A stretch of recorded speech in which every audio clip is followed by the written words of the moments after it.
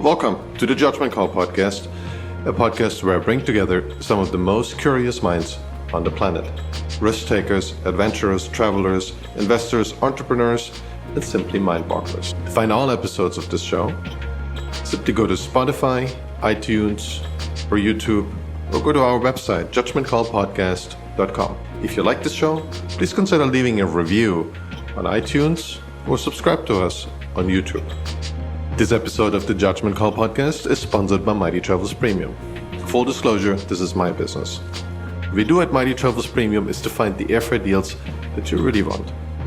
Thousands of subscribers have saved up to 95% in their airfare. Those include $150 round-trip tickets to Hawaii from many cities in the US, or $600 lie-flat tickets in business class from the US to Asia, or $100 business class lie-flat tickets from Africa round-trip all the way to Asia. In case you didn't know, about half the world is open for business again and accepts travelers. Most of those countries are in South America, Africa, and Eastern Europe. To try out Mighty Travels Premium, go to mightytravels.com/MTP, or if that's too many letters for you, simply go to MTP, the number 4, and the letter U.com to sign up for your 30-day free trial. So give us background in how this all started. We know you've been an airline pilot for quite some time, which seems to keep most people very busy. But you also ventured into the journalism part. You have your own blog that's quite popular at Ask the Pilot. And you also wrote a book, Ask the Pilot, Everything You Need to Know About Air Travel, which I think has been translated into 11 languages. How did that happen? How did your own life and career, how did you plan it? Well, that's a long story. Let's start with the aviation aspect of it first. I've been into planes and into airlines since I was a little kid, going back literally before I can remember. Whether it was first grade, second grade, I don't know when I got into planes, but I did, and it's just always been there from my perspective. But I was not into airplanes themselves so much as the whole theater, if you will, of air travel. Airports, airlines, airline culture. When I was a kid, I would study route maps and timetables of the different airlines, memorizing the places they flew and the types of airplanes they used. So it wasn't just about planes and the hands-on excitement of flying as much as I enjoy that. It's always been the whole business. Everything from airports to like I said, airline culture. A lot of it is the airlines themselves. Studying the different carriers and their histories and where they've flown and which planes they've used and so on and so forth. But specifically, I did always want to learn to fly and to become a pilot, which I did, and that was just a very long process that had numerous pitfalls along the way before I finally got to the point where I was, making a good living at a respectable airline. And I was in my 40s before it all finally panned out the way I hoped it would. And that's not unusual for people in aviation. I know colleagues who've worked for 9 different airlines and been through multiple bankruptcies and layoffs and liquidations. It's not an easy business. But for me, it eventually worked out. Meanwhile, to go back to the second part of your question, I guess I've always had a little bit of a creative side. Nothing too serious, but it would always let itself out in different ways. And then one of those ways was through, I guess, creative writing would be the best way to describe it. It was never anything I expected I could make a living from or even make money from. But what happened was after 9/11, when I lost my job for almost 6 years, I didn't know what to do. I didn't want to go take some crappy flying job, making minimum wage again. So I just thought I'd try something else, and so I started doing these freelance pieces and selling them to online magazines. And the way that worked is the first one becomes two, becomes three, and eventually I had a weekly column on the website salon.com. It was called Ask the Pilot. They came up with that name, which is where the whole endeavor came from. And I did that for a number of years. Had a weekly, and then it was even semi-daily for a while. And it was quite popular, and it led to other freelance gigs, and I would get assignments from magazines and so forth. The salon thing eventually, I guess, burned itself out. It just it was there for, I think, 10 years, and I was tired of doing it. They were a little tired of it too, and then so eventually it went away as I expected it would in time. And I took the product, so to speak, and created my own website out of it, which is what AskThePilot.com is. And also along the way, there were two books. The first book was published back in 2004 using the Ask the Pilot name, which I always despised as the name for a book, but they insisted on it. And then a few years later, I sold a second book to a different publisher. That book is called Cockpit Confidential. And while I don't especially like that name either, it's worked. The book was a New York Times bestseller for a while, and has been translated into, I think, 8 or 9 languages. I'm not sure exactly. The most popular of which has been Polish for some reason that I don't understand, but whatever. And so there's the website, and there have been the books and various side projects along the way. Yeah, I can kind of guess why it was so popular in Poland. I grew up just like 50 miles from the Polish border. I'm like half Polish, so the aviation geekiness runs high in Poland and also Really? in Germany. Yeah, it's something that is, I think, in every boy's DNA, I'd say. That is true everywhere, but it goes to extremes, I feel, especially in Poland. And I always wondered how you came up with the titles for these books, and now I know the story. I always felt like the titles are not as good as the actual book. I think the books are both, from what I read, are excellent, and they give you exactly this inside view into the cockpit and answer a lot of questions about what is actually going on there. And I feel flying from a cockpit perspective, from a pilot perspective, when we as passengers and people who are in the aviation industry, even if they've been in the travel industry like myself for the last 10, 15 years, we always feel there's a certain aura of prestige that emanates from pilots. There is this idea of a pilot is, like a big cruise ship captain is the person who's saving lives every day. And it's kind of seen as something that is as far away from minimum wage as possible. So I'm curious, you just mentioned that, and I know this is something I just recently learned. It is a problem in a lot of regional airlines. A lot of pilots surprisingly don't make a lot of money. That's definitely true, and this is a huge topic we could talk all day about. Just to go back a second, though, I think that mystique or prestige, as you described it, probably isn't quite what it used to be. When I'm sitting in the back of a regional jet and I just see people with their head against the sidewall just wishing they could just get the hell home, and they don't give a shit who's flying the plane or how. Yeah, I noticed maybe flying in other parts of the world, pilots are maybe still held at a a level of more mystique. I don't know. Like anything, I guess maybe that's part of the evolution of technology. Something that was once considered that once had this aura to it is now just so commonplace that the people at the front end of the airplane doing the work are just workers to a lot of people. Which not to diminish my own impression, I don't agree with that, but I think that's how a lot of people probably look at it.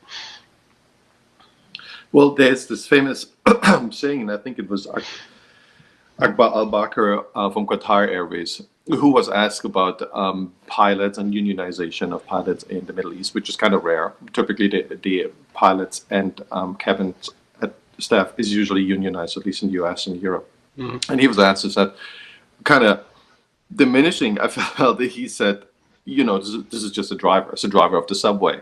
So that pilot just pushes a button, and I don't care what they think. I want them to go on. I don't know what the specific problem was. It's probably the length of the shift, and how long these pilots should work. And so it was very, very much the end of that spectrum. I was shocked by that when he said that. Well, he's not the first airline CEO to say things like that. I mean, you've probably heard some of the comments by Mr. O'Leary at Ryanair. Part of that is politics. I wish the job were that simple, but it's actually pretty challenging at times, and there's just a tremendous amount of knowledge and training and experience that go into the job that I think is, I think that's lost on a lot of people. And um, to your point about the salaries, things are better than they were, but entry level pilots, especially at the regional carriers, don't have it easy. Um, when I was flying regionals in the 1990s and even into the 2000s, no, 90s, early 90s, mid 90s, late 90s, I don't think I ever made more than $25,000 or $30,000 in a year. As a captain on a 30-seat turboprop. My starting pay back in 1990, flying a 15-seater, was about $900 a month take home. No, gross. Less than that take home. There was a lot of years soup in your past. Ramen. And it was a long time before I made what most people would consider a decent living. Like I said, I was in my 40s before things, finally stabilized, and I could look at my paycheck and not be embarrassed by it. It's a little different now. Regional pilots do better. A reasonably senior regional airline captain can make $100,000 or more. But it's not until you get to the major carriers that the salaries really go up. The problem is getting to a major carrier. Right now we're in kind of a special situation, but even in normal times, when these carriers are hiring, the jobs are astonishingly competitive. And there's a relatively small number of openings and thousands of pilots applying. I'm known to make an analogy to baseball. You have however many young athletes who set out to become Major League Baseball players, and how many of them actually get there. It's a pretty small number overall, and it's similar in aviation, especially now that the regional airline sector, and when I say that, I'm talking about the different express and connection carriers, the small airplane affiliates of the majors. That sector has gotten so big, it now accounts for 50% or so of the business. When I started out, it was maybe 10%. So because of that, a lot of pilots will get to that level, and that's just where they stay, never making it beyond the regional level, because that, like I said, that sector is just so big, and there are comparatively few major airline positions open. Is it still true that most pilots aspire, say, flying on a larger plane, a 777, flying international? Is that something that people really want, despite the relatively grueling time change and the different shifts and the long layovers? Or is 90% of pilots, they're really happy with, say, they fly a few hours out, but they typically sleep at home most of the nights? That's a great question, and as a general rule, I would say most pilots want to fly the biggest airplanes to the most glamorous destinations. Okay. But not all. When I was younger, all I ever wanted to do was fly a wide-body jet internationally. I mean, that was the holy grail. That was everything I ever aspired to, and eventually I did it. And I'm kind of at the point now where I don't necessarily have to keep doing it. I'm perfectly happy to go and fly short haul domestic routes. They're not as fatiguing. You physically fly more, which is more fun.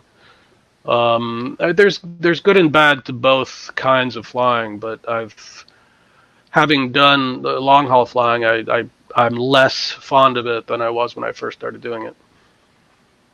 And what planes and again, airlines did you fly for? Yeah. well, I can't say who I fly for now, Okay. because not identifying who they are allows me to do this and to do what I do. But I work for one of the larger commercial carriers. Let's put it that way. I fly a 767 and also the 757, where what the 757-67 is one of the few examples where a pilot can be qualified on two separate models because they share almost identical cockpits. It's an old plane, early 1980s vintage, but very reliable, and I still enjoy it. When and that was the story I think with the Qatar Airways CEO. There seems to be always a lot of talk about how long haul pilots can actually be in the cockpit. So from what I remember, there used to be two shifts at least. So it was 3 hours or 4 hours, and then there was a mandatory break time about the same. And that was changed later on. So a lot of pilots, and I noticed from a friend who used to fly for Lufthansa, they used to have two shifts and two sets of pilots when they went to the East Coast from Europe. And then one day, Lufthansa said, "We're not going to do this anymore. You're going to stay by yourself in the cockpit. It's just two, maybe one relief pilot, but I think they got rid of the third pilot as well. So they basically flew at 9 hours, to about 9 to 10 hours from airport to airport. But they still had that for the West Coast destination. I think eventually they got rid of it for the West Coast destinations as well, which is like an hour or two longer. How does this work in most planes? Is it really the same pilot still who flies these long distances, or what are typical shift hours? The protocols on this really vary. It depends on the country whose regulations you're operating under. It depends on the airline. It depends on the airline's in-house policies or the union policies. There are differences. As a general rule, any flight more than about 8 hours is going to bring along at least one extra pilot. And you'll work in kind of a rotating shift. There'll be always at least two pilots in the cockpit and one pilot on break. Then that pilot comes back and a different pilot goes on break. So in the end, you work about 2/3 of the flight and have the other third to rest. On flights of 12-ish hours or greater, you will usually have four pilots working in two teams of two. And they will switch, either do half and half of a flight or take multiple breaks. It can be done different ways, depending, like I said, on the country, the airline, whatever the union stipulations are, the contractual stipulations. It depends. Yeah, I've seen pictures, and I think they made their rounds the last couple of years of these really luxuriously looking rest areas for pilots and for cabin staff. They look better than first class. Maybe a little more cramped, but they look perfectly lie-flat and cozy. One thing that I always wonder, being that I'm pretty jet lagged most of the time when I'm flying somewhere, so it's not just one flight, it's a series of flights, I always feel like I would have a hard time falling asleep. I can't sleep on a push of a button. Some people can do this. I can't do it. It needs to be at least 13, 14 hours, and then I can fall asleep. So I always feel if you have these mandatory rest periods, how likely is it that you actually get some sleep? I'm like you. I find it very hard to sleep on a plane, especially if I'm working the flight. As a passenger and I'm, maybe watching a movie and drinking some wine, it's easy to fall asleep. But when I'm working, it's a different feeling, a different mindset. I don't sleep easily, so I will use my break to eat dinner and watch a movie or some TV shows, and occasionally I do fall asleep for a period of time. It depends on the direction of the flight, the time of the day. How tired I was or wasn't to begin with, whether I'm on the first break assignment or the middle or the last one, it can vary. Sometimes I sleep, sometimes I don't. And the quality of the rest compartments on the plane I fly, it's just a business class seat with a curtain around it. Other airplanes have quarters downstairs in a module. Others upstairs under the ceiling. There are bunks, sometimes in the back behind the near the aft bulkhead or down under it. It varies on again on the plane, on the configuration and which options and rest modules an airline happens to buy for that airplane. There are all different ones. When you look back into your flying career, which is now about 20 years, is that right? Well, I started flying commercially with my first regional airline in 1990, and here it is, 2021. So yeah, Okay. that's how many years is that? Do I need a calculator for that? I think we can calc this, but so it's quite some time. What I was curious, what do you feel was your closest encounter with a somewhat dangerous or unexpected situation where you felt, whoa, this was pretty close? No, I'm asked that all the time, and the closest answer I have to that is an incident where we came relatively close to hitting another plane in midair. The asterisk being it was in 1986 when I was 19 years old and flying a little 4-seat Cessna under what we call visual flight rules. Yeah, it was sort of a close call, but it was also operating in a realm completely removed from commercial aviation. And as a commercial airline pilot, knock on wood, I don't have anything to compare it to. There really hasn't been anything that jumps out at me. I'm curious about this close call situation you had. I was on a flight to Jakarta, and we were holding outside of the airport, not for long, maybe 5 minutes. And this was a large plane, it was a 777, and there was another Turkish Airlines. It's seemingly maybe less than 200 feet below us and maybe 500 feet away from us. So I could literally see the passengers through the windows.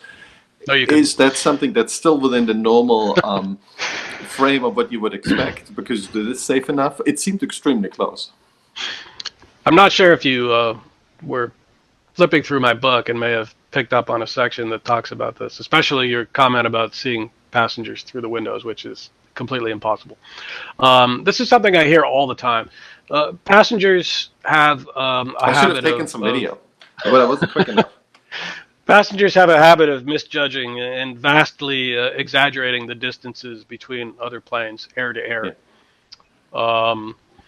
Planes look closer than they really are, especially when you're remembering it. It's very uncommon to be closer than 1,000 feet vertically with another airplane. In fact, I have a picture in my archives of that was taken out the window of another plane 1,000 feet below and slightly offset, and you would never believe that it was 1,000 feet, but it was. Yeah. So there's that. It's not people's fault. They just aren't good at judging vertical or horizontal separation distances with other planes, and it's part of that is how you're kind of wired in that moment. Oh my God, there's a plane. It's right there. Well, it's not actually right there. And as far as seeing people through the windows, which if I had $1 for every time I've heard that, I mean, you can be 20 feet away from an airplane at the gate and you can't see people through the windows. So, trying to see somebody through a window in the air, looking at another plane in the air, 500 or 1,000 feet away, it's just completely impossible. Yeah, it might be quite a trick that my memory plays on me. Yeah. So 1,000 feet is kind of the safe range, right? So it couldn't be in the same 2D sector, but it should be 1,000 feet apart vertically. Well, again, this varies. If we're talking about the cruise part of flight, arrivals, departures, on approaches, there are times going into San Francisco, for example, where you're on a close-in parallel approach with another airplane that's just you'll be staggered, but horizontally very close to the other plane. And if you look on the interwebs, there are thousands of pictures of pictures of planes taken out the window of other planes landing at San Francisco with captions like, "Oh my God, we nearly collided with this plane." Well, no, you didn't, but it is unusual to be that close. But there are airports where that happens.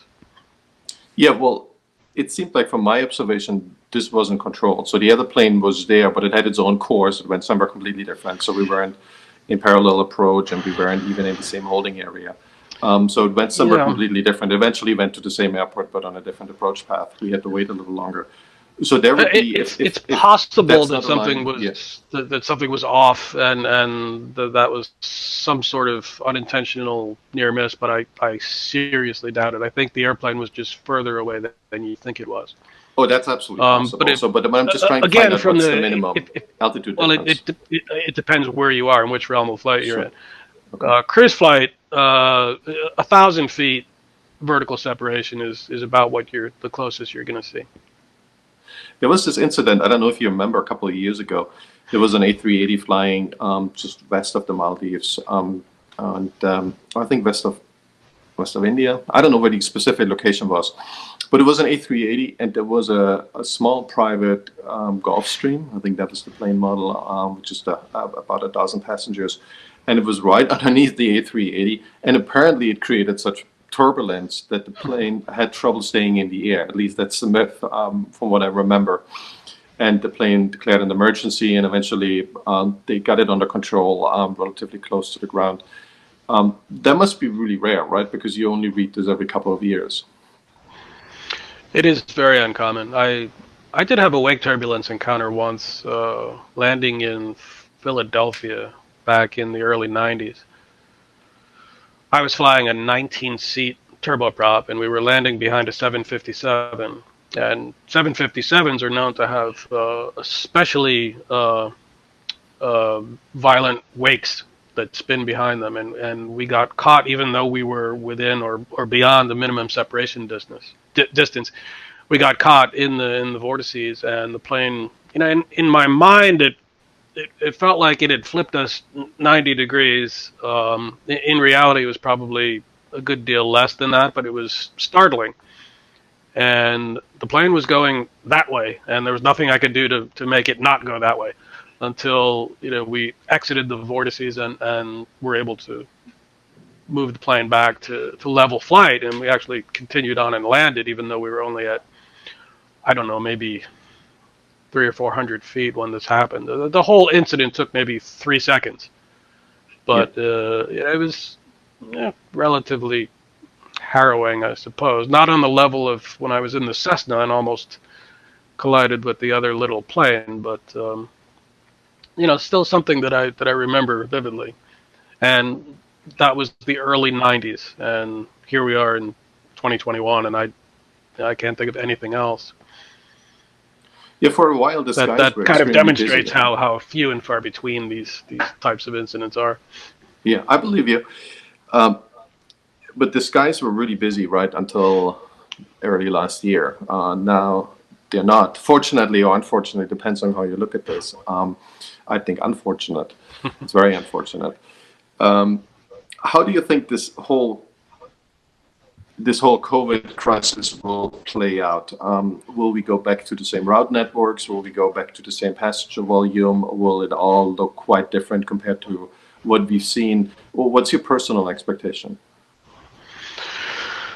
I really don't know. To this point, and I was pretty pessimistic when all of this started, it's turned out to be much worse than even I guessed it would be or forecast it would be. Eventually the big picture will look pretty much the way it did before, but certain things probably will always be different.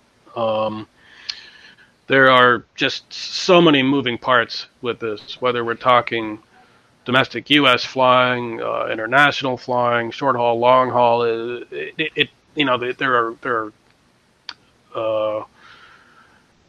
It comes down to what different governments in different parts of the world are gonna do as far as opening borders and relaxing quarantines. How long that takes and where it happens, where it doesn't happen, nobody really knows. And because of all that uncertainty, it's hard to predict not so much what will happen, but when. And by that I mean I think at a certain point this will be a memory, and flying will be normal again. But how long that takes is what we don't know, and how much damage will be done along the way. Airlines going out of business, people losing jobs, and all of that. And I've been lucky. I didn't lose my job, and actually, ironically, the past 6 or 8 months, I've flown more than I have in any 6 or 8 month period for as long as I've had my current job. Going back 20 years. Yeah. And that's because I'm senior enough in my position, in my fleet, in my seat, where if I want to fly a lot, I can. Other pilots, though, have not been flying at all or very little. Well, A lot of variation the there too. yeah, I would assume you are active in the cargo sector right now because that seems to have taken off quite strongly. There's Actually, much higher no. demand than before. Almost all of the flying I've done is just normal passenger flights, with a couple of exceptions. Um, Okay. and many flights are full now, or as we say, COVID full, because seats are blocked, and then there are fewer flights overall, so flights are consolidated. But I've been flying a lot. Other pilots, not so much. Yeah, well, that's good to hear. I mean, I definitely hope it's going to go back to normal or to the new normal very Oh, soon. I despise that expression. Don't say that. Yeah, New normal. it is has become a I loaded have a word. whole list of just COVID related words that I just don't ever want to hear again, and that one's up near the top. That's maybe a good plan. I like that. Talking about the 737 MAX, it seemed like it's dead in the skies for quite some time after these two horrific incidents. And I flew it before it was grounded, and I flew it after that. Do you think it's gonna come back for good? I know it's been widely being pushed in service now. It's being recertified. Do you think we did the right call there? Yeah, I think the airplane will be back. I mean, Boeing has so much invested in the thing, and there were so many outstanding orders. Not a lot of room there for it not to come back. At a certain point, I think most of this will just be forgotten. Now, should the 737 MAX exist in the first place? That's a different conversation, maybe.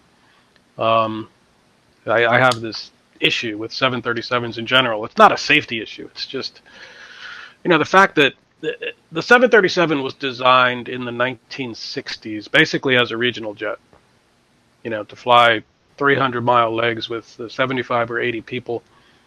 It had a set of stairs that came out of the fuselage because it was designed to fly to airports that didn't have jetways. And Boeing over the years, over the decades, has pushed and pushed and pushed that plane into roles it was never really designed for, and they've kind of made a monster out of it.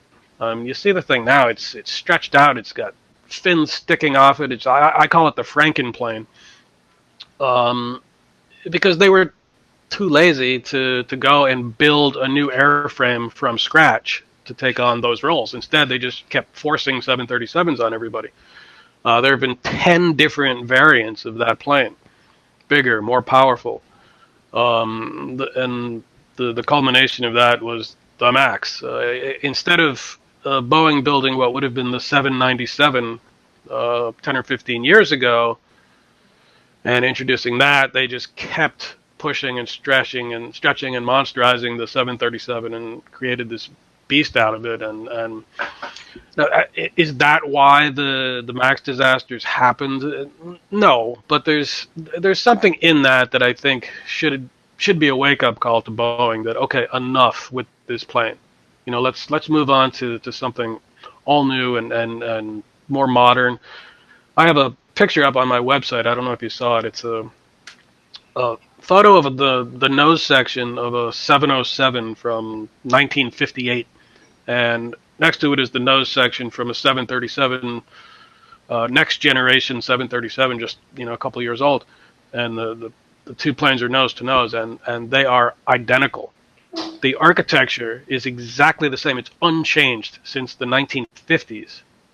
The 737 still has the same 707 windows, and you notice the rivet lines are even in the same places. They've just stuck with this design, and then they're trying to convince people that a plane conceived in the 50s is the future, and I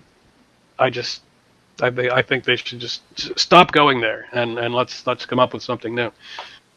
Why do you think there is so little innovation in the aviation industry when it comes to planes, especially? I know that there's a lot of computerization, there's a lot of automation, there's a lot of stuff that happened there. But why do you think the plane design, and Boeing made that step, and Airbus made it too with the A380 and the Boeing with the 787, but in general, there seems to be a very haphazard innovation the way it worked, and very little innovation. Why do you think that is, and how can we change it? Yeah, everything now seems to be variants of existing planes rather than all new cool airplanes. I mean, you go back, when I was a kid, you had the 707, the 727, the 747, the DC-10, the DC-9. These planes were so distinctive that you could spot one 6 miles away and you knew immediately what it was, just because of the profile of the plane.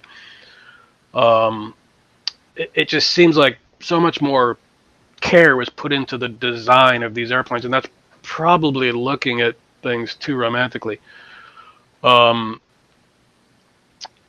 Modern planes, even the 737 MAX, they're very sophisticated. There's a lot of technology and hard work that went into building them, but it's just somehow it's just not the same.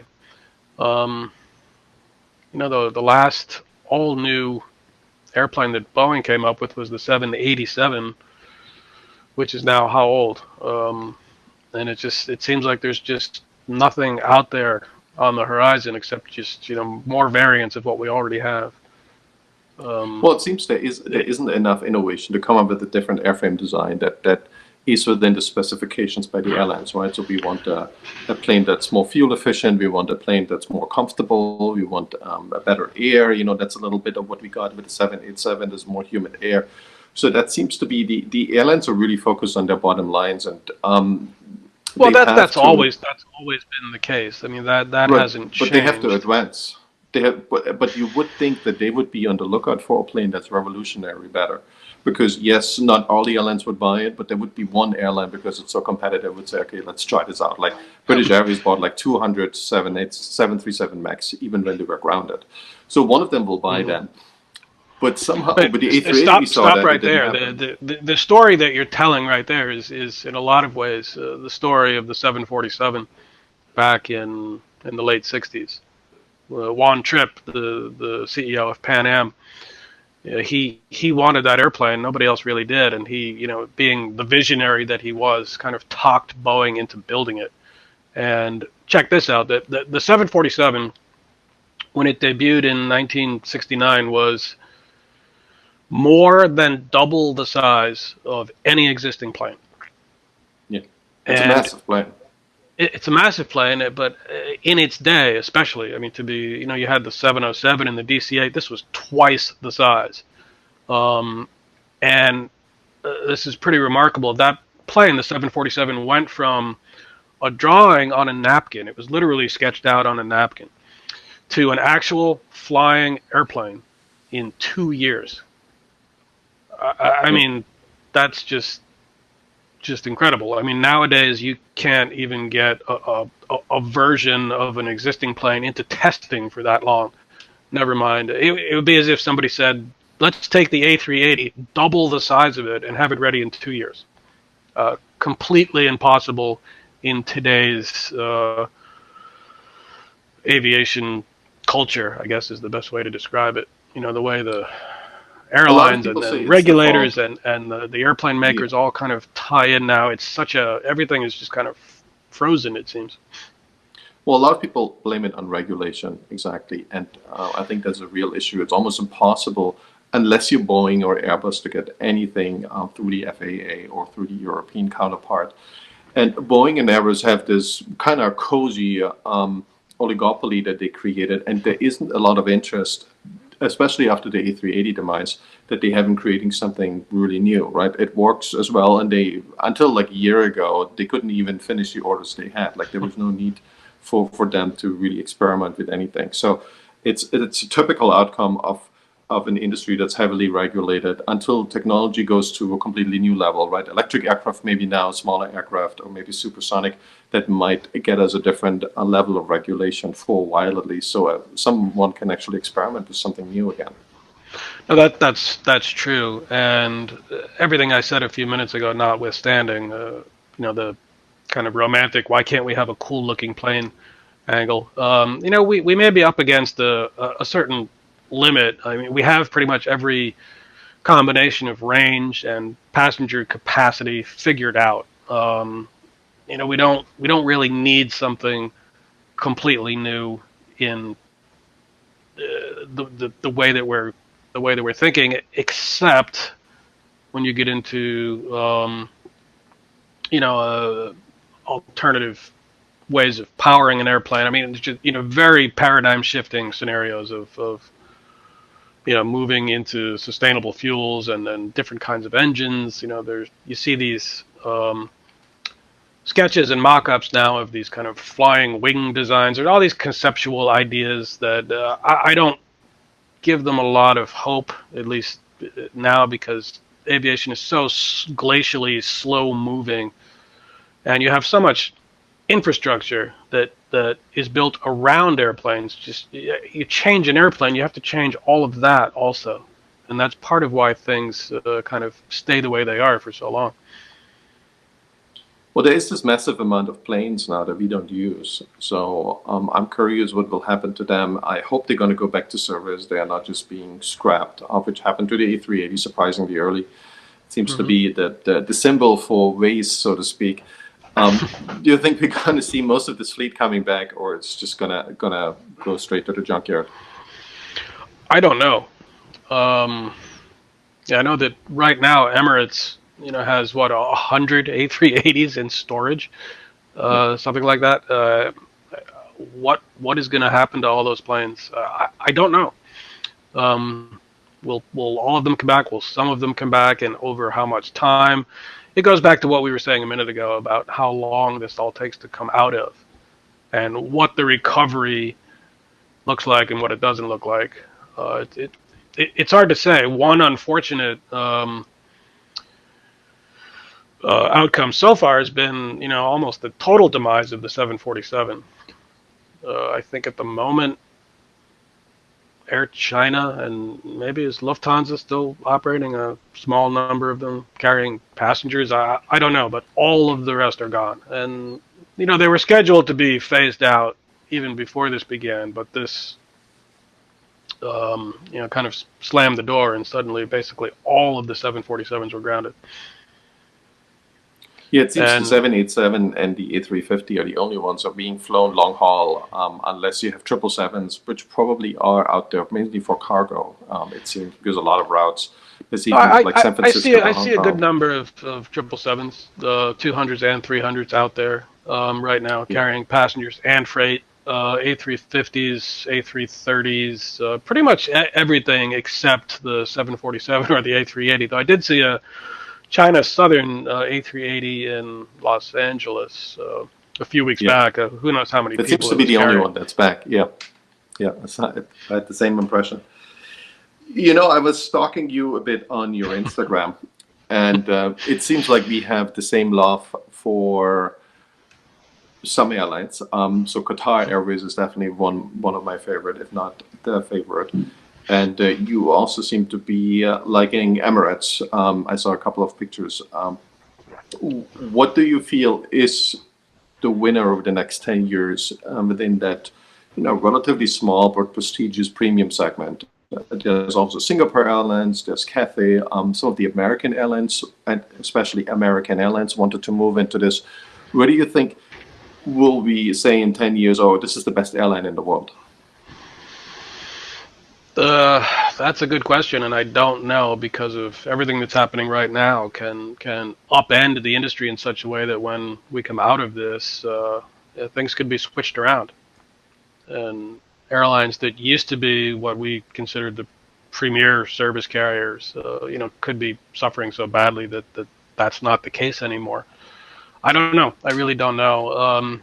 It's kind of frustrating because for the longest time, the U.S. airlines were notorious for just having crappy service compared to the European and Asian and Middle Eastern airlines. And starting from early 2000s up to when all of the pandemic began, that had really changed.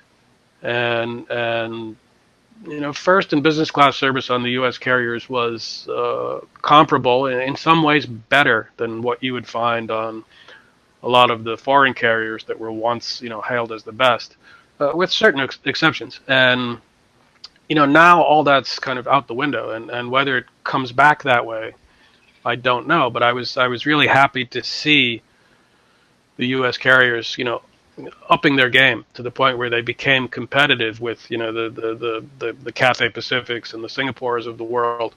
No, they're never going to have beds in first class with rose petals and showers and all of that. But for the average business traveler, they developed a very good product.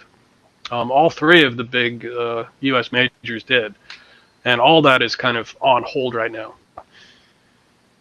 Yeah, it seems like that premium segment isn't doing so well, and No. I'm very happy that Qatar Airways has at least kept up the frequency to most of their destinations.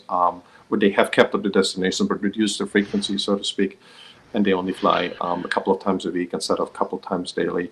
That seems to be a relief, but they seem to be the only ones who are kind of, well, they don't have the trouble with the bottom line, right? So they seem desperate or interested. It's easy for the Gulf carriers to keep their game up because they're government funded, and sure, you can't really compare.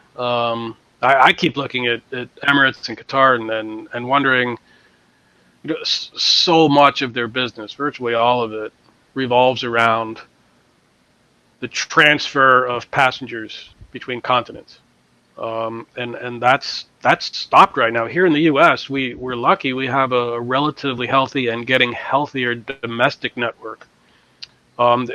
These other airlines don't. Everything they do depends on long-haul intercontinental flying, and nobody's doing that right now. And there doesn't seem to be much improvement on the horizon for that. I looking ahead, I just don't see any trends in that direction.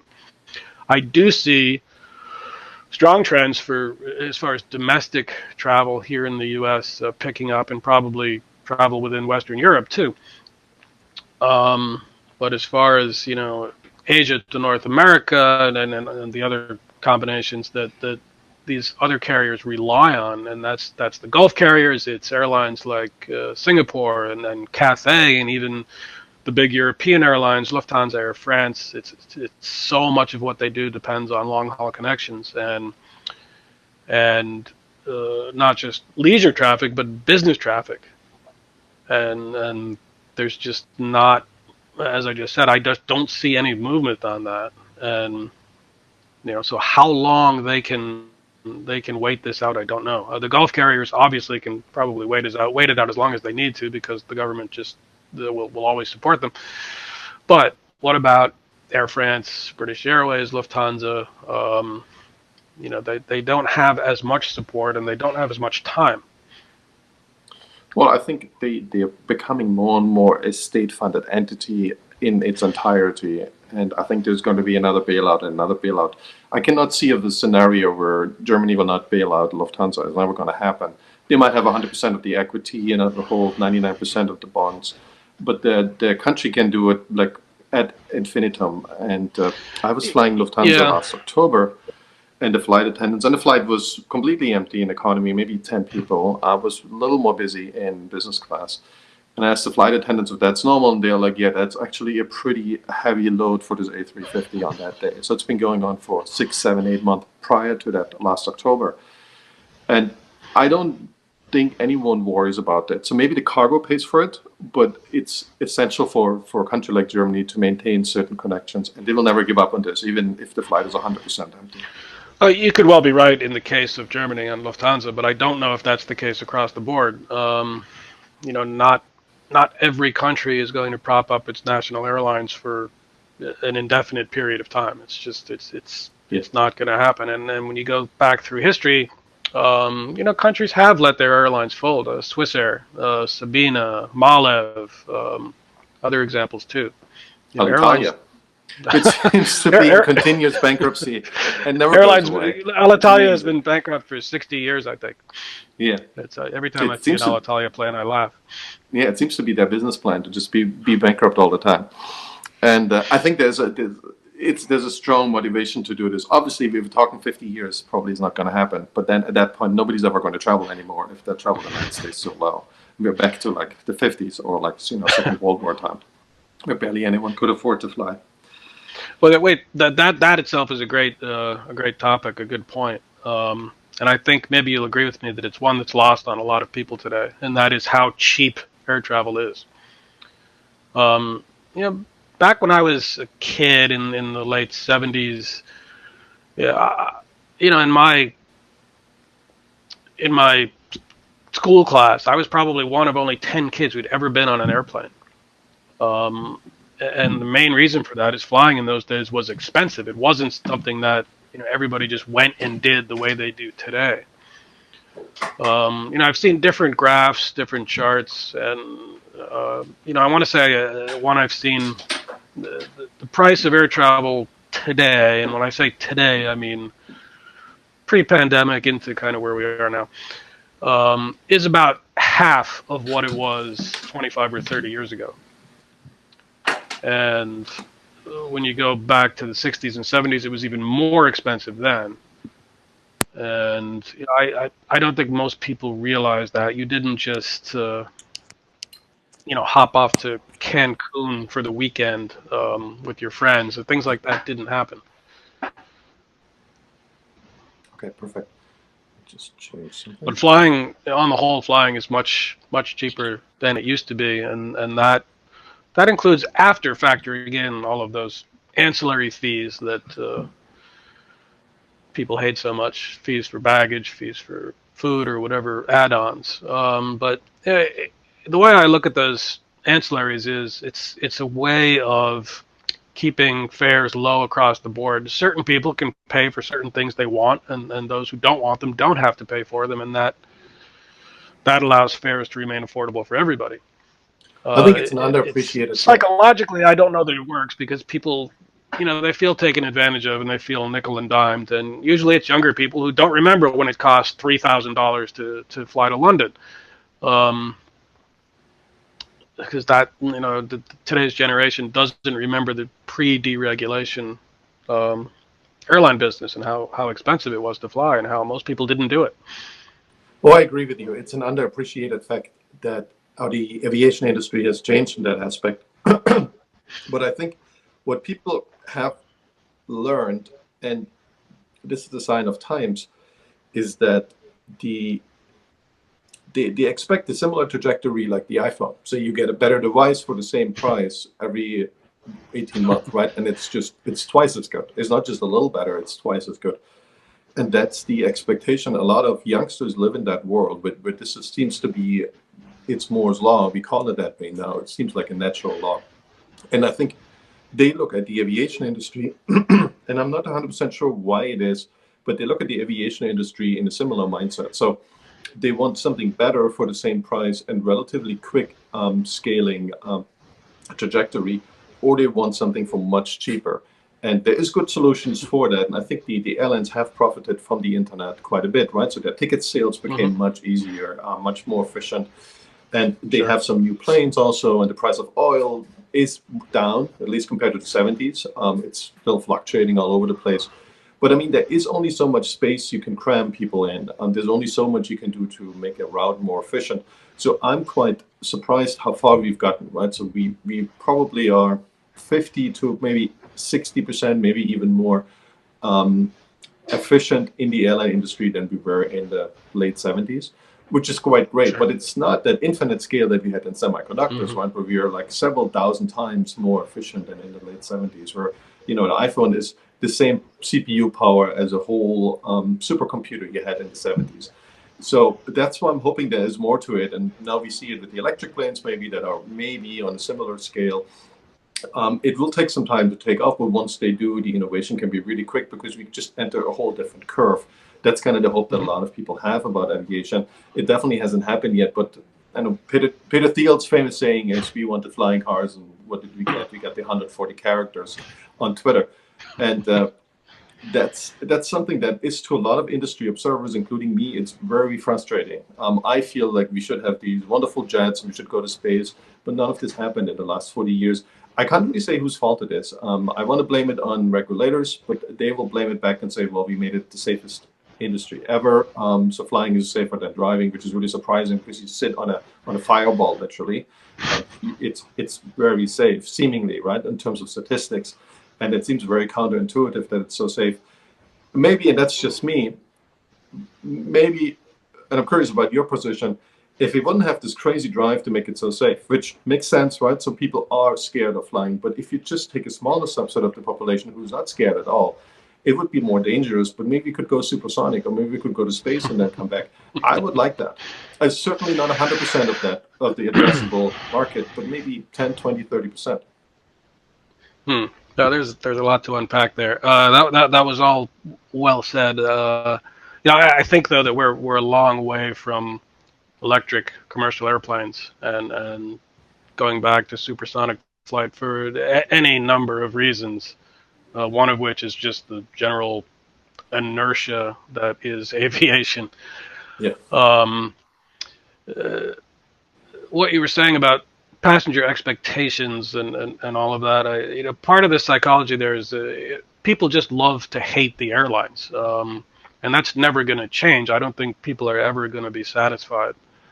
I think it's mutual hate. The way airline employees hate passengers is epic. Is really epic, and that goes for the passengers too. I don't hate passengers. That's like baseball players hating the fans. I mean that's well, you're exempt, but the cabin staff and the ground staff. It's so a friend of mine worked at the airport, and she was not in love with any passengers or any of their demands, and it was very palpable. So I don't know what it is, but it seems the industry that's most antagonistic. I can't think of any other industry where people hate each other so much. I don't know that I would agree with that. But yeah, you're gonna find bad examples at the airport. I don't know. The part of that is that we've managed to make the air travel experience so much more logistically difficult and tedious and time consuming than it really needs to be. Just starting with airport security, for example. And so much of flying from city A to city B is just standing in line and just waiting for things to happen and being yelled at through public address announcements. And all of that kind of hassle and tedium has created just a kind of level of frustration for everybody, and that includes employees. And maybe that's how it manifests itself. I think airlines were getting better at that too. And it's too bad because now everything is kind of on hold or being reset. There's a part in my book where I talk about passenger frustrations and airlines telling the truth and being forthright and honest with customers. People always seem to think that the airline is lying to them, and really that's not the case. Well, what happens is you have so much compartmentalization at airlines. You have all these different departments that have their own priorities, their own goals, their own languages in some respect. And when something happens, say it's a maintenance delay here, the way the details and the specs of that situation get passed from department to department before the message is finally delivered at the gate over the microphone, things get scrambled up, garbled, misinterpreted, and people are often left not really knowing what the story is. And the airlines aren't doing that intentionally, but there's kind of that inherent dysfunction in the way they're put together. And that's something that some carriers are better at than others at addressing. And on the whole, I think there was some good positive movement on just getting better at that until all of this happened, and then who knows where we'll be next. Well, I think we all realize that airlines, just like banks, are too big to fail, right? And that usually brings with it even more regulation, even more money that rains down from above, and you don't have to worry, you don't have to compete. And it makes it a state business sooner or later. And for a while, because when times was good, we kind of denied that reality and realized that banks should not be too big to fail and we don't have to rescue them. But in the end, we have to, because we need those institutions. We kind of can switch around between different airlines, but if all the airlines are in trouble, which is what happened in March, or most of them, maybe the exception is Spirit, but it's not an airline we're so proud of. So there isn't much of an answer that anyone comes up with, and we can all rail against the Fed and the easy money and what happened to the tech industry. But the problem is there is a moment when things are too big to fail on an institutional level, and you always think, oh, it's just a year or two, and then we're going to be fine. And then the next crisis comes around. I think nobody has a good answer for this, that we are running between these cycles of, oh, let's just fix it for now, and it's going to be fine. And then it is fine for like 2 or 3 years, and then it's over again. So we be kind of making these airlines and the banks, they become a Soviet Union. And I lived in Eastern Germany. I know how this game ends, but it ends pretty badly because you end up with very stale, uncompetitive industries that they produce something, but it's not competitive with anywhere else in the world. And I don't know if anyone has a good solution for this, because we see this across many industries. And we kind of need a shakeup and to live without this, but I think we're too rich for this shakeup. So someone needs to show, and I think China is helping us a little.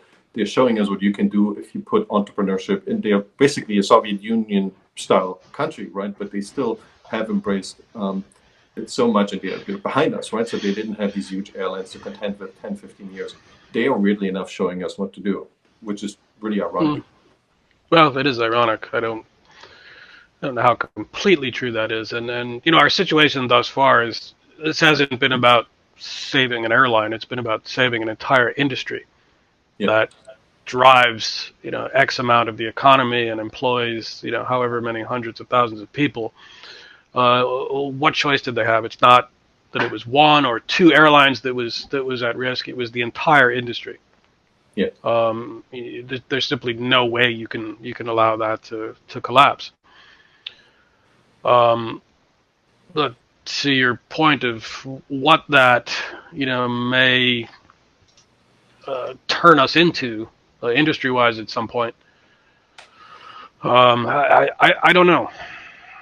I think they're going to be state-run. Most big airlines are going to be state-run very quickly again, everywhere in the world, anywhere in the world. And then there's a bunch of LCCs that kind of are nimble enough and lucky enough, because they're not as effective, because it's mostly domestic flying anyways, to be competitive. I think this was kind of what we had before, but just now it becomes more stark and more extreme. They kind of merged a little bit, both of these sites. I think this will go away. That could be. It's interesting. You've seen certain LCCs that were popular, and I don't know if successful is the right word, but doing brisk business anyway. Norwegian, AirAsia X, long haul LCCs that got into the international market, which is a very difficult thing for any LCC to succeed at. And once this all happened, they basically collapsed. But already there's talk of new long-haul LCCs jumping in to replace them. Yeah. Norwegian wasn't doing well to begin with, so they didn't have a lot to work with once this happened. They were kind of doomed. But that doesn't mean the model is doomed. It's always going to be a challenging model, low cost, long haul. But it's something that the right airline could be very successful at, and could be, as you were saying, pushing us towards this industry where you have airlines at the very top and then LCCs doing everything else and kind of no in between. Yeah, I think an long-haul LCC will work. What they've done, obviously, they have a small capital layer and they didn't get as much state bailout, but these routes, and I'm sure some Norwegian routes were highly profitable, just not the whole network, right, because they were growing so much also, and they had these big plans. But if you just focus on those, if there's still passengers around, sometimes these passengers have, of course, all evaporated. But if, say, you go Norway to Cancun or Norway to Mexico City, I think you would easily fill 787. So there's new routes that have come on that nobody really serves that might make a killing right now. So it's very hard to forecast. And I mean, it's if you think of it more as a charter airline, and you don't have to schedule out 12 months in advance, and you could be more flexible. I think there's a lot of money to be made. It's just this hybrid between, you want to be charter because it's so flexible, but you kind of want to be also be sold by GDS. You want to show up everywhere, which charter airlines usually don't do in most of these marketing channels. If someone can figure out a hybrid in between those, I think there's a lot of money there. Maybe, and we just don't know yet how the logistics of air travel are going to pan out as we come out of this. The consensus seems to be reasonably that leisure travel is going to be the first and strongest to recover. We're already seeing that, and that's both short haul and long haul. Whereas business traffic, particularly long haul business traffic, will be lagging far behind. Whether that by itself is enough to drive the kind of changes you're just talking about, I don't know.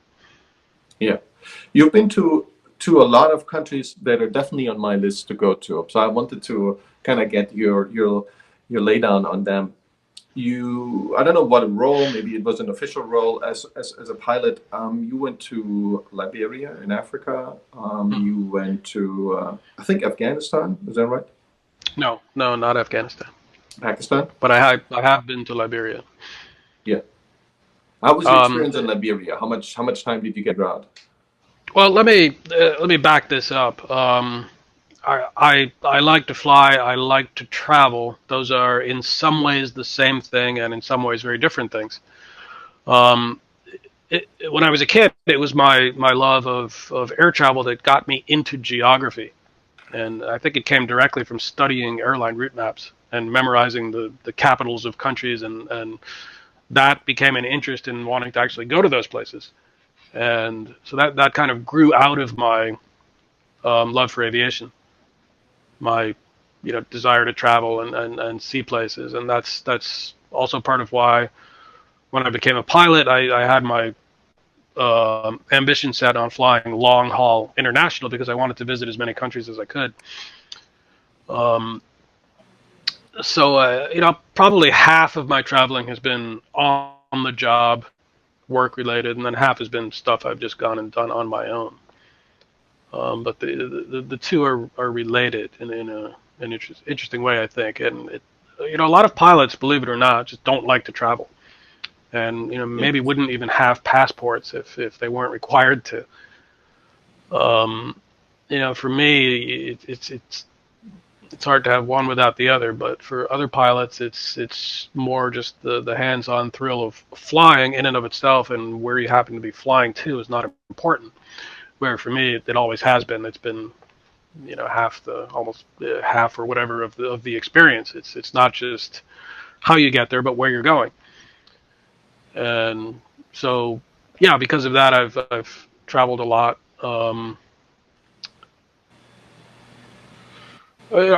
I'm asked sometimes, well, what's your favorite place? And there's no way to answer that because you travel to different places for different reasons. The Liberia experience you mentioned was just literally 3 or 4 hours on the ground in between flights doing a turnaround. And I was there with a crew, and the plan was just stay on the airplane for 4 hours, and then we would turn around and fly back to Ghana, where we had come from. And I couldn't do that. I'm in Liberia, and it's right there on the other side of the airport fence. I have to get out of this airport and see it, or I can't. It just wouldn't feel the same. I can't put the pin on the map. And what I ended up doing is we paid actually it was the airport manager at Roberts Field in Liberia, who I kind of got a little friendly with, and ran this past him, and he said, "Hey, I think I can work something out for you." And he called a driver in, and we paid this guy $50 or whatever it was, and he smuggled us out through immigration and customs and into the back of his pickup truck, and off we went for 4 hours, just driving around some of these small towns in Liberia, just meeting people and taking pictures, and then back to the airplane an hour before departure. And I remember walking back through the airport with mud all over my pants and my shoes just all caked in mud and dirt. And I went back there 2 or 3 times and did kind of the same thing each time. And interestingly, one of those trips was at the height of the Ebola crisis back in 2000. Help me out. I think it was 11, 13, 13. or 11. Yeah, there were a couple. And that was one of the times when we didn't leave the airport because Liberia was, one of the countries hardest hit by Ebola, and it's eerie now when I go back and look at those pictures, and I have some of them posted on my website because all the airport workers had masks on, and everybody was afraid to go near everybody. It was eerily precursor to kind of what we're dealing with now. Yeah. I show people those pictures, and they think were taken recently, but they were 8 years ago. Yeah, yeah, that's quite eerie. I well, Ebola is a whole different kind of disease, right? But it's very, very deadly. It's hard to contract. We'll just point out. Once you Right. have it, it's very deadly, and we kind of have the opposite now. But obviously, that's still very deadly, and we are not really used to that. Um, when you think back to other countries where there were relatively few travelers go, and I think I saw Pakistan, I saw El Salvador on your list. Correct me if that is wrong. And I just had James Wilcox on a couple of weeks ago. He goes to Somalia every year, not during COVID, but he guides tours to Somalia, Puntland, and Somaliland. So there's a bunch of countries where we feel there is a natural apprehension to go there, often for safety reasons or for reasons. And I'm an extreme traveler. I've been to 130 different countries. But there's a few countries that make it a little harder. They're more expensive, or you need more preparation. It's hard to get a visa. When you think of those countries where you probably had a little bit of apprehension too, when you came out on the other side, was it generally a positive experience? Were there situations where you said, "Oh man, that was really hairy. I shouldn't have gone there. That was a mistake." What's kind of your overall picture on that? I don't think I've ever left a place and thought, ooh, I don't ever want to go back there. Um, there are places I'd be happy never to return to, but I wouldn't. I can't think of anywhere where I would, actively avoid going because I felt unsafe or was otherwise so turned off by a place. And it's not always safety and security that go into that. It's just how you felt as a tourist. How did you feel welcome? Did you feel hassled? Were the things you saw underwhelming? Was it what you expected, more or less? Things like that. And as I said a minute ago, you go to different places for different reasons. Sometimes you want to see a city. Sometimes you want to go into the forest. Sometimes you want to swim. So it can be hard to compare trips and experiences because of what brought you there in the first place. Yeah, it seems to be a lot of travel anxiety that's pre-COVID, or let's see how it looks post-COVID, comes from the fact that you are not aware of a territory and you perceive it as dangerous. And maybe there's good reasons for this. And it's, for every person has their own steps out of a comfort zone you don't want to do. And I've talked about with other travelers, and what we generally agree on is that there is, for a lot of people, what they perceive as anxiety, we perceive it as curiosity. It makes us even more interested in going there because there seems to be something that is unique and nobody else has experienced, which seems kind of odd, right? But it seems to be that has a certain part of the population that has this exploration gene and is ready to just basically just not listen to this anxiety, but say, okay, this is the most anxious place I can think of in order to go there. So this is where I want to go. And as you say, most people are coming back, 99% I think of people are coming back and say, well, I maybe didn't like it as much as I thought because I was more excited. There's sites that I've been to and I thought they were a real letdown. And then I went to the Taj Mahal, which I thought is totally overhyped. And I thought it was way better than the hype even says. So you never know before you actually hit that place because it obviously depends on the time of day, how people interact with you. Right. And it depends on the weather. So there's a lot of variables that go into this. But I think this is quite a strong feeling from all the travelers. There is rarely a trip where you come back and say, well, I really regret making the trip at all. Mm-hmm. Maybe I wouldn't go back, as you said. There's countries where they didn't really talk to me. there's places I went, I'm like, well, I can't really read anyone. There's nothing for me to do here. But I feel, and that's interesting is you say that once you change your perspective of this trip, I went to a lot of places 20 years ago and was kind of not happy with them. And then I went back 20 years later with a slightly different perspective. Still, I wouldn't necessarily live there, but a slightly different perspective. Like I used to live in Delhi, and then I went back a couple of years ago, and the place changed so much. And I didn't like it as much when I lived there, but now that I visited it again, had a lot of places I can associate myself with, I thought it was wonderful. One of the best places to go back to for like 2 or 3 weeks. So the perspective changes a lot. But generally, people say this is something I feel very proud of, and it fulfills me living my life.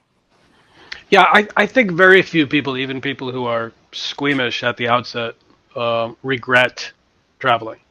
Yeah. It seems like almost always people are glad that they did it. And again, though, people go to different places for different reasons, and so much of it is just your own mindset and set of expectations, and the way you interpret your example of going to Delhi. It shows that a lot of it maybe wasn't the city, it was you, and how you felt compared to when you had been there before, and somebody next to you may have had a totally different experience. It's hard to say. And Yeah, also, absolutely. Yeah, no, go ahead. this spells positively for the general overarching theme, right? So I said that before in another episode that I feel no one who traveled a lot will come back and will nuke the place he just visited. This just doesn't happen, right? You might not love it, but you respect the people there and you respect what they're up to. Even if you go to like Afghanistan or Pakistan, places that we perceive as war zones, even if they're Sure. not. Sure, no, I agree with that completely. There's a segment in my book where I talk about kind of the negative of travel, and by that I mean you're often exposed to a lot of things you just wish you didn't see. Environmental destruction, pollution, poverty, and that can weigh on you to the point where there have been moments when I've gotten home and just wanted to flush my passport down the toilet and never leave home again. But yeah, that's always kind of a fleeting reaction, and then the desire to travel always comes back. But you see great and amazing things, but you also see terrible things. But that's part of the experience, and should be anyway part of why you want to do it, because you're learning and seeing things that most people know about only in an abstract kind of way.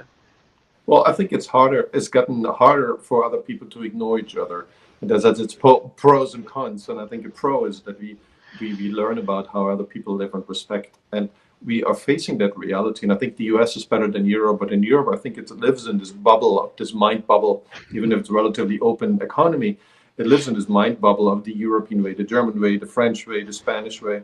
And they know other places exist, but they do anything they can do to not get any information from these places, like that nothing comes through into their bubble of comfort.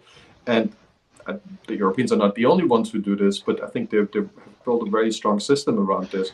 And even do they travel, they travel in this comfort zone, and as you say, seeing these problems exist irrespective if you visit or not, right? It's important that you confront the real world, I always felt, and not live in this world you build up. And now we do it with COVID, which is very unfortunate that we all live in this cloudified world of whatever we think is our picture. The world is it's maybe so different, and it might be so traumatizing to see this, but I call it a positive PTSD, right? You come back and you experience other places, and you're also able to see what you are capable of once you experienced it. It might be negative in the first place, but I think it turns out positive and helps you to see the world in the real light. And like you said, whether or not you're there, it still exists. And in some ways, I think it's incumbent upon you to actually go and experience it, at least once or twice in moderation, whatever. But because that will in turn change the way you live your life and react to other things. Having experienced this firsthand and seen these things that otherwise for most people just exist only on TV or on the internet, it does something to your level of awareness. Yeah. But I went to a shanty town in Cameroon, which was kind of the the most crazy I got with this, but I felt like it was in the end, it wasn't a scary experience at all. It was like a guided tour. I literally just went with the driver and was hoping to come back in the same state I went, and I did, fortunately. But it's something where you feel bad for a while, but I think after a few years you reflect on it and you feel much better and more complete human. And there is this very strong desire of people to explore, and I think that's always there. But it seems to be we put this on the avenue of staying in our comfort zone. I think there was something wrong with the way tourism worked until early 2020. We had a lot of people going more than ever, right? But they stayed kind of in their own mental mindset and they didn't interact. Maybe for good reasons, maybe for bad reasons. They didn't really interact with the real world out there. It was this made-up world of travel, tourism, marketing. And I think that was really negative. And you see this in Thailand, which is very opposed to letting any foreigners in. And I think this is a result of 30 years of, I don't want to say that word, but 30 years or even longer to have very mixed experiences with most tourists. And they've seen it all, right?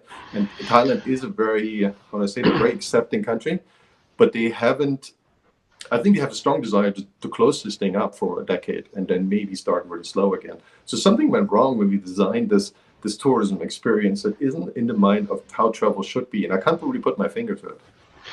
Oh, I think you're absolutely right. And we created a monster out of international tourism. And if you've been to the islands in southern Thailand, just as an example, you kind of saw it at its worst. Or downtown Edinburgh in the middle of the summer. You just thought, okay, enough. And now we have this time out, and how it resolves remains to be seen. But good points. And to back up a minute, you said something a moment ago that I thought was interesting. You talked about travel experiences being different just depending on variables like what time of day you're there, or the time of year, or how many other people happen to be there. That really can shift how you take in a place. Just the logistics of how and when and what time. And to bounce this back to the airlines, I think that's true with flying as well. Somebody would say, "Oh, I hate flying on whatever airline. They're terrible." And all that happened is they had one bad experience on one flight at one time. And yet, somebody that same day at that same airline on a different airplane with a different crew could have a completely different experience. And it's very hard to be categorical when you're talking about airlines and when you're talking about travel as well. It's so much just depends. Yeah. Yeah, I went to Costa Rica last month, first time for me, and I was surprised how well dispersed and spread out tourism works there. I didn't think it would be possible. It's not cheap, Costa Rica. It's the same price level basically as the US.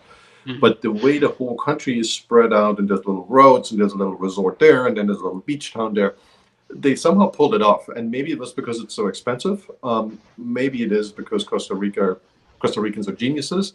I don't know what it is, but they pulled off a tourism that seems to be, and any kind of tourism. It doesn't have to be a fancy eco resort. Doesn't have to be, it can be a backpacker hostel. I think whatever I saw was the quality of tourism infrastructure was very high.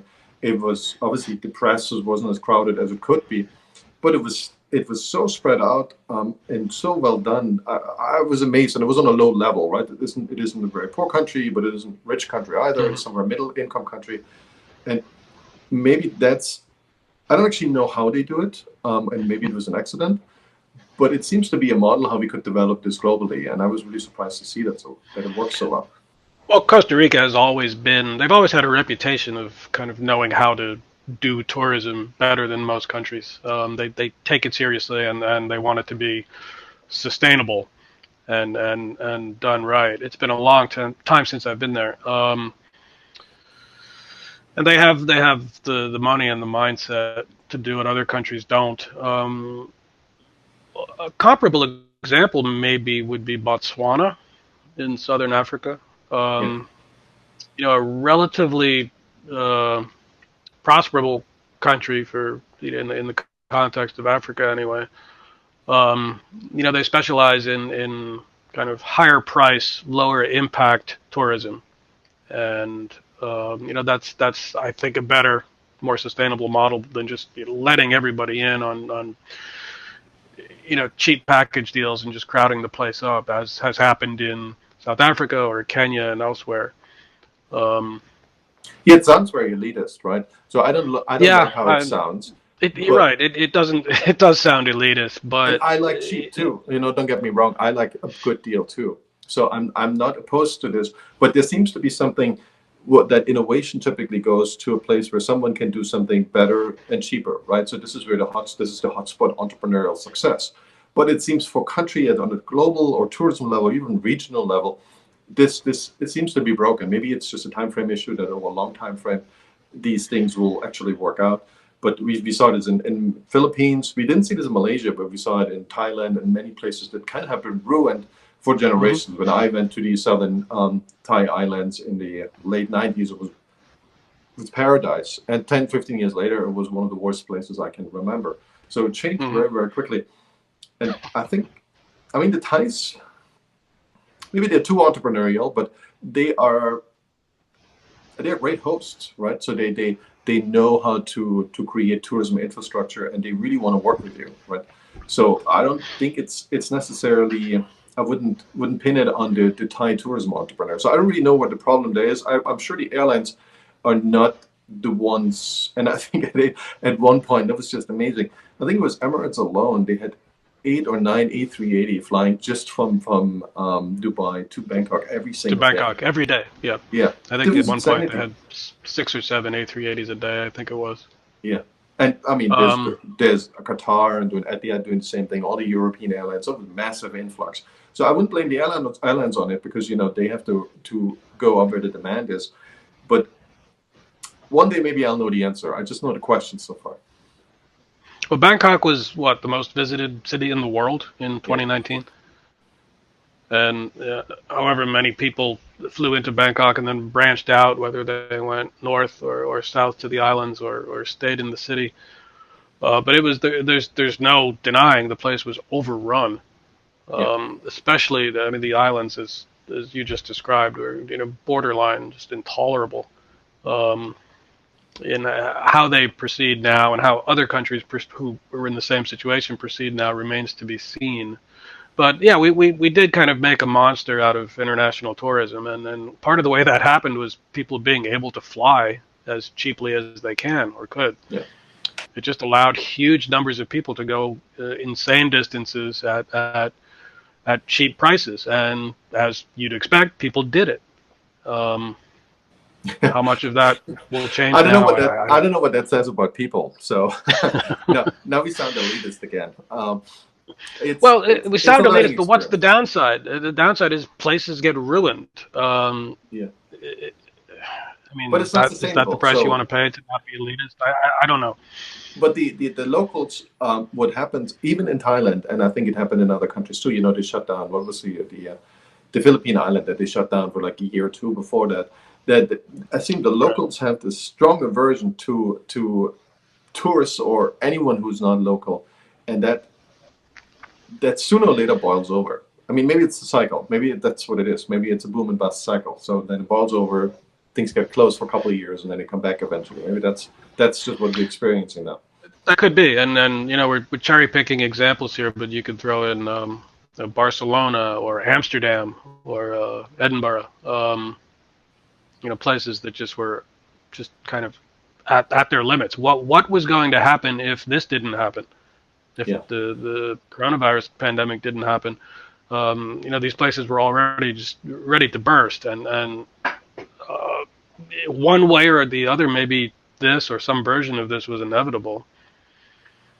Yeah, we had Melissa on, and she was saying a lot of people who are futurists, people who think a lot about the future, they've been turning very pessimistic and kind of thinking about prepping themselves for a disaster scenario all the way down in 2018, late 2018, 2019. She says it was very visible, and she has the documents to prove it. Like this was Hmm. visible before, so there must have been something else that really came up with this notion there is a disaster out there. And I think a lot of my friends also, they were ready to call it a disaster right when COVID first hit, which Right. kind of surprised me how quick they made up their mind, because we didn't know Yeah, anything about the virus. I saw it coming. I made that prediction as well, and everybody I knew laughed at me. And Yeah. but I look at climate change as an analogy. I mean, here's the evidence. Everybody agrees on this.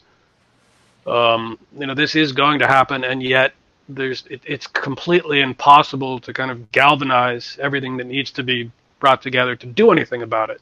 And so it's just going to happen. Well, it's probably the opposite, I would say, climate change.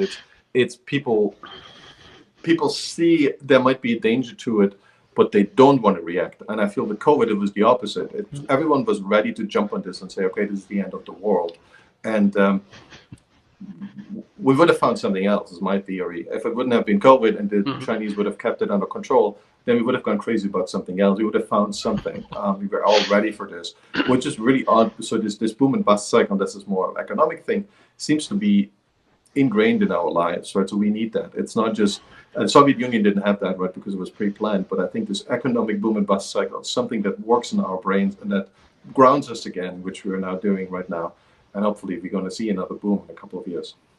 Yeah, I think that that could all well be. On this positive note, Patrick, thanks for doing this. Thanks for joining us on the podcast. Thanks for taking the time. Really appreciate it. Yeah, great conversation. I feel like we could do this for 3 more hours. But thanks for having me on. I enjoyed it. Absolutely. I hope the next time we can touch a couple of different topics that we didn't have the time today. Sure thing. Anytime. All right. Sounds good, Patrick. Take care. Talk soon. Take care. Bye. Bye-bye.